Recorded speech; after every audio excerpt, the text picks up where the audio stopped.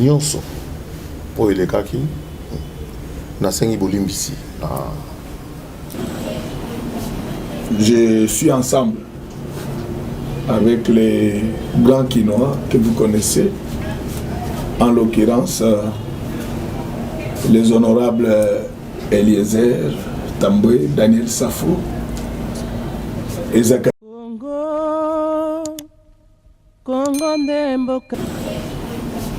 Je suis ensemble avec les grands Quinois que vous connaissez, en l'occurrence les honorables Eliezer Tamboué, Daniel Safo et Zakari Babassé, parce que si vous ne le savez pas, il a été aussi député. Et ce titre-là, lorsqu'on le porte, c'est jusqu'à la mort. Vous avez tous appris par la voie des médias qu'il y avait des différends entre ces grands Quinois. Nous avons modestement et prestement offert les bons offices pour voir si on ne pouvait pas régler cette question autrement. En ces jours, nous avons parlé en famille et nous sommes arrivés à un compromis. Globalement, ça a été pour la plupart des malentendus, et là où il y avait des fautes, nous les avons réglées en famille. Je voulais vous demander à vous de la presse de nous aider pour relayer les messages de paix. Celui qui aime la paix cherche la paix. Celui qui aime la paix s'ouvre à la paix. Et nous nous sommes convenus qu'à l'issue de cette rencontre, qu'il n'y a que des personnes qui devaient parler, c'est-à-dire moi et l'honorable Zak. Dans le bina lingala boy, tukutani naba mikonzi na biso batuminene ya kisasa oboyebi, honorable Eliezer Tamboué, honorable Daniel Safo, honorable Zakari Baba, c'est parce qu'il n'y a pas un député, Bajen Bayebi Yango Te. Ceux qui m'ont dit que wana et que ndegana qui na suka me baba kisaka honoraire. Mais boyebi que na kisasa wata ba bazala ba candidat ba benga ba onka ba honorable. Moi kakalaka nezaki entre bangambo mibale na bondela ki bango pour nini, parce que ngana za na chance ya koyiba bango avant ba koma o ba komi bondela ki bango. Et là on a sepeli na moni ata monene na bango bakoma babosanite ke tozaka bandeko tina ezalaki ete to silisa makambo banda koyoka na ndenge ya libota, tosilisi yango na ndenge ya libota, mais toyokani ke biso ngai nazakle nde bato tokoloba na nsima makambo oyo oyo esengeli bana kisasa basimba ki bakoyoka lisusu kondongwa na wana te na niveau ya bamedia. Merci na tondi bino mingi bokoki mpe kopesa bamikro na bino na bakamera na honorable Zak po toclôturer réunion na biso.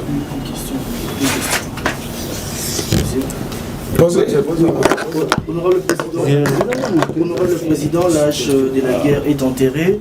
Quelles sont les garanties de non-répétition que vous avez obtenues de part et d'autre pour qu'on arrive puis à voir ce qui était la pomme de discorde hier, aujourd'hui et dans les jours à venir? La première garantie que j'ai, c'est que j'ai affaire aux honorables députés. Ce sont les élus. Lorsque nous les appelons honorables, c'est-à-dire que ce sont les personnes les plus capées de notre société. C'est la première garantie. La deuxième garantie, c'est que au-delà des oripeaux dont ils sont revêtus aujourd'hui, ce sont mes frères. Donc, ces deux garanties-là sont plus que rassurantes. Parce que moi, j'ai un léger avantage, je peux partir chez eux quand je veux et comme je veux. Donc les deux garanties, c'est qu'ils vont tenir compte de leur honorabilité. La deuxième garantie, c'est qu'ils tiendront également compte non seulement de notre fraternité, mais surtout de notre amitié. Ce sont les deux grandes garanties pour moi. Et ça se passe dans la maison de Dieu. Je crois que Dieu va nous accompagner. Merci.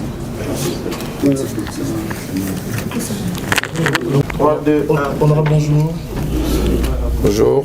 La paix finalement rétouffée, il y avait une forme de discorde entre vous, honorable. Est-ce qu'on peut aujourd'hui conjuguer dans les passés tout ce qui vous divisait?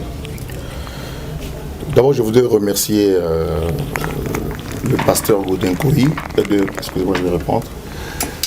D'abord, je voudrais remercier le pasteur Godin Poyi, un homme de Dieu, président de l'Assemblée provinciale de la ville de Kinshasa, qui a bien voulu mener cette médiation entre moi et mes frères Kinois, Eliezer Tamboué et Daniel Safou.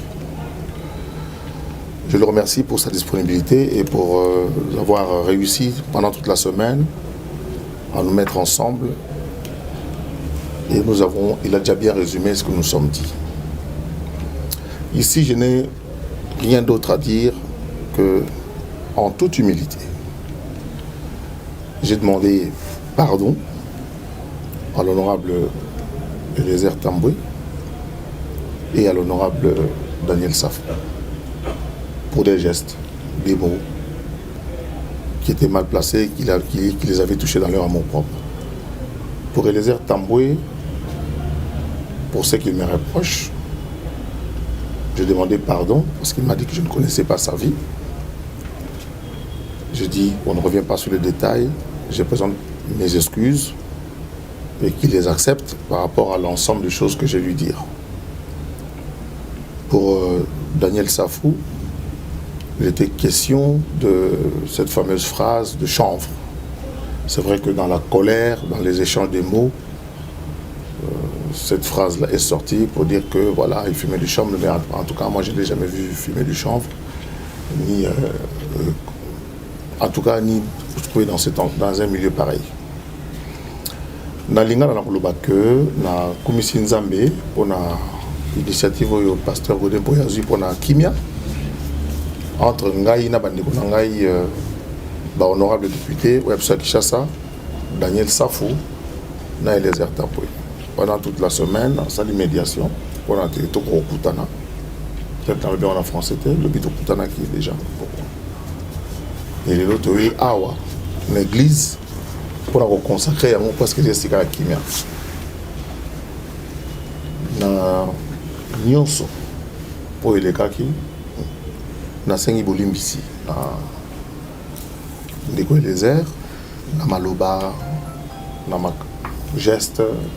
Au surtout blessé qui est devant pasteur et devant Binon de Bossarana Banakin et pour Daniel Safou le cambo est ça qui est mingi le cambo ya banki et puis na kanda ninga izaka kama échange à parole de to banacha na kadarando aujourd'hui misaka ba arme parce que na ozonga la théorie ya loba pona ngame les deux amokolo ya ngai en toute humilité ngamoko en âme et conscience ndenge pasteur le bien en toute honorabilité na yeko singa ba mbolimbisi donc ndelo ko salami awa et le monsieur salami ezati mbala ya sima na mutu mo atuni garantie awa eza garantie nini toyokani que makamuna bango na beta masolo na ngote makamuna ngai pe ba beta masolo na ngote to continuer à vivre avec ça normalement ndenge tozaki liboso pour toza bato toyebani très très bien. Voilà un peu où il est lelo awa na église au pasteur na Bandal et pas il y a pasteur Godin Poyi qui nous a reçus d'abord en tant qu'homme de Dieu et tout le canal qui est dans ngande tout ça résumé à makambo ngelekele leko honorable Eliezer qui ko confirmer plan signé l'obinamona au conseil na ko akora mama wana motuna na kotuna honorable Eliezer mo koto to lingi makambo kiso bite Bon, on a une. Pardon, ça. Répondre à mon tournant. Tolingi to poser sous question moko. Okoya kotuna biso makambo ya ke ba opérer président. Tolingi to poser la question moko par rapport ya ndenge basangani bango misato. Non, asa lo binos. Bolingo bebisa. Tolingi ava ba bima ba député baza fouiller ya polémique mais to kamwe ba ya polémique sangai. Ba fundani boye. Toyebi bino. Ya otaza rezete. Bokolonga muto. Polémique pèse de soir ka bango parce que bango baza fouiller polémique bango. Merci beaucoup. Le col dit au bon en place. C'est fini. Mais pardon pourquoi? Mais tant qu'on a beau moto, à 5 qui déjà pardon. Ça les maraté. Ça dit et l'autre est simbité. Donc il faut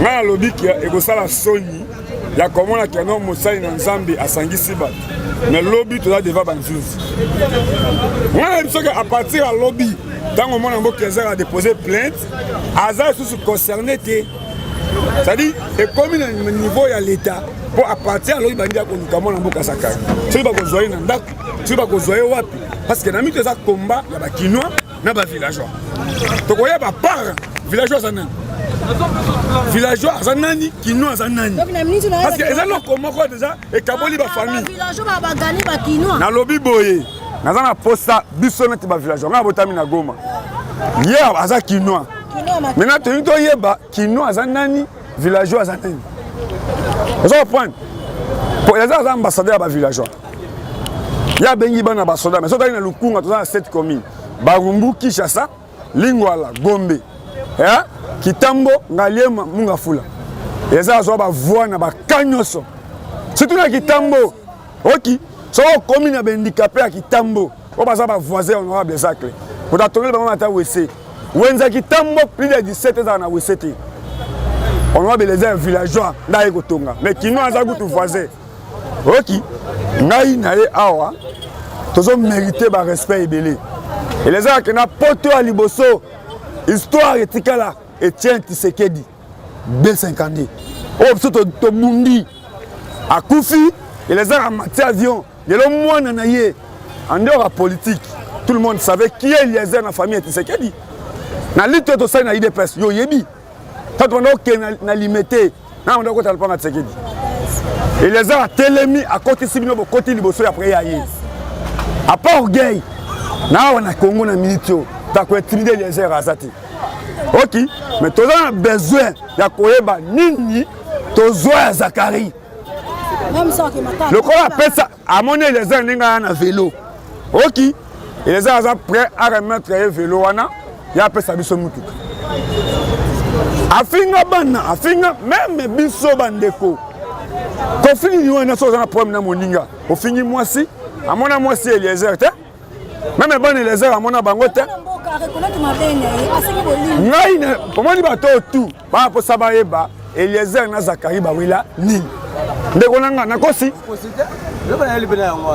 OK ça dit avant ça pardon to yeba ya za kinonda lobi mabota mana kananga asa to na tsandeni abota na hôpital ni abota mana kananga totika ko sako. Est-ce que les Soumu, bateau tout bas député dans Lukunga, quand Eliezer n'est à monnaie là. Merci. Bote ndegonangai. Tomoni ozali ya mwali kolo to éviter problème ezali nini pa mati bozali dossier ya église ya pasteur Godin Polo. Bon, esala ka esengo ndegonangai. Omoni ngai na libandite na suka pembete. Mais naza pena makila Lumumba. OK. Ngai naza même village na Patrice Emery Lumumba. Naza pena mutete la solo village on a loa. Tango président Keinde bato ba moni village natal ya Patrice Emery Lumumba. Eza eloko nini? Naza na mukumba makasi. OK. Atake moko soda makasi ya osakanati. OK. Poso tali parmi ba sala nzamba mboko. Moto wa passer Claude Kabundo Alessa. Sora ndima ngai. Ça il faut ça l'effort now. OK, on a vu passer à Godin Poy. Na filmé trop. OK, azam mon copenda passer à Alessa ma sécurité.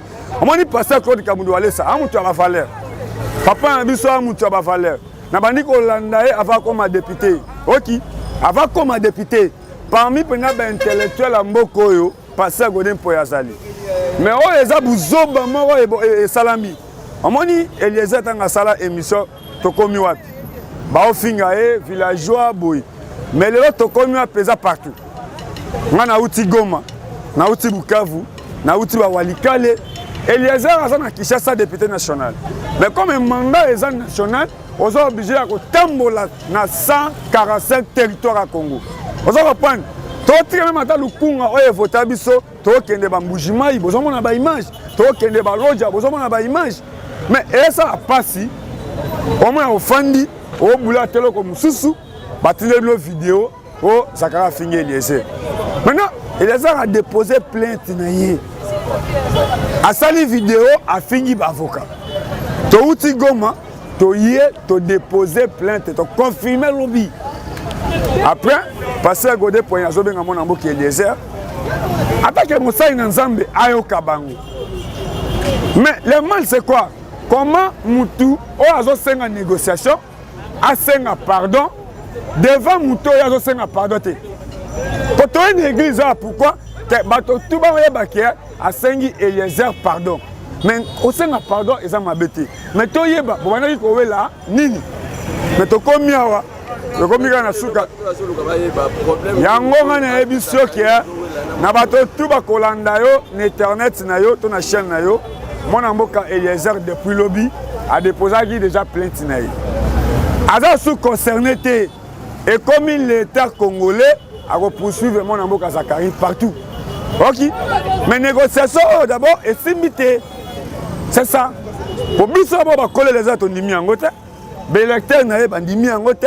Bazana besoin ba na mona mboka Zak ba we la kani. Apparemment Eliezer on dit ça déjà réussi à rendez-vous parce que ba bengi ça qui dino beaucoup dans la clique ensemble mais il y a cette papa moto afinga yo a traiter kayo Eliezer c'est responsable même dans le monde des médias Eliezer ça n'importe qui ça n'importe qui Eliezer okombo ya nzoto na ye mais kombo ya ndeko mwa ko lupango eza munene trop. OK, c'est ça ndeko na ngai on dit que c'est important pour faire ça bango passer na pardon tonde ba préfet Mukeba il salaire président de l'assemblée provinciale azana président pasteur Mukeba c'est la première député ba privé salaire vous comprenez les autres commis wa Pasteur Godin comme homme dédié et là comme sibiso eza polémique et ça que moko afinga kamuninga. Mais on est comme un pasteur, à lobby ayoka de côté wana. Et ça polémique té. Dans lobby zela yo otunaki question lobby ndekona ni Mukeba afingaka Pasteur Godin Poyi na ba émission. OK, amemaye na justice aboya kosenga pardon. Pasteur Godin Poyi aza muta polémique té. Soko fingi automatiquement fa kangisa yo. Amuta polémique ba basangani awa misatu baza batu ya polémique bango nyonso misatu basangani ana ba batu ya polémique soki Godin Poyi boya ki pardon wana parce que ya finga mutu te abima na polémique te yo so mona Godin Poyi zela te oso mona Godin Poyi ça la émission ya critiquer batu est-ce que ça la émission parce que yo ero yeli polémique ako boya négociation il faut pas que négocier mais bango nyonso misatu bafandi wana. Ce sont les polémiqueurs. On sait pas tout ça la différence. Baza ba polémiqueur de ba fandi na table wana bango. Il faut pas senga na pardon, baza ba fruit bango nyonso baza ba fruit ya polémique, il faut pas senga na pardon bango nyonso tout. C'est tout. Bango nyonso tout ba ko terrain d'attente ba ko yokana. Mais là je finga ngai tenga na finga nga no senga pardon. Na yebisa yo, na yebiso pe na ndinga logique hein. Nga nazo kotela mutu te. Déjà peine de les EP azope batu na société ezakaya baba so lingala facile à panzango ezape polémique on se comprend bien on soulever le problème oh ben yeni mta panza lingala facile mais panza déjà lingala facile ba Jérémie yoka ba 15 personnes déjà conflit yango anati yo kansi neti na fimbu zela na fimbu oye ozi ba valdi tambo oboto linga batu nyonso to bake to sala pe ba guerre na ba Mike Lokambati po bazoka ba manike ba sarato la bazara pa na nga bazwi bango bake na bango et que yaka pe maman na guerre mais yo ko ba batu na 15 zela na expliquer o mania ngapo na nga ba vient na nga ba tshaka mbanga ebele na TV ba sans esprit. Bon, ceux qui parlent pas, dans le premier jour, Eliezer a déposé, Yoka, Eliezer, dans les premiers jours, a déposé candidature comme député national. Ok, j'ai pas des choses qu'on a maîtrisées. Honorable Zakari Ozo Lobela, à l'écran à télé. Alors, Yoka, Atuna na vérité. Yoka, n'a pas ça élément pour aux réponses pas naï. Atuna batutu à Lukuma que Eliezer a présenté biso lupango ya papa naï na Lukunga. Polémique banda wana. Oya zo benga. Dans le premier jour, m'a déposé candidature na CENI. Bande konyo ba na biso na ba chaîne nyonso oya ba YouTube. Oya na benza maman na vérité bisika na nalobi boy yotika kozala porte-parole tozala netre tozala pena netre nanga mpe na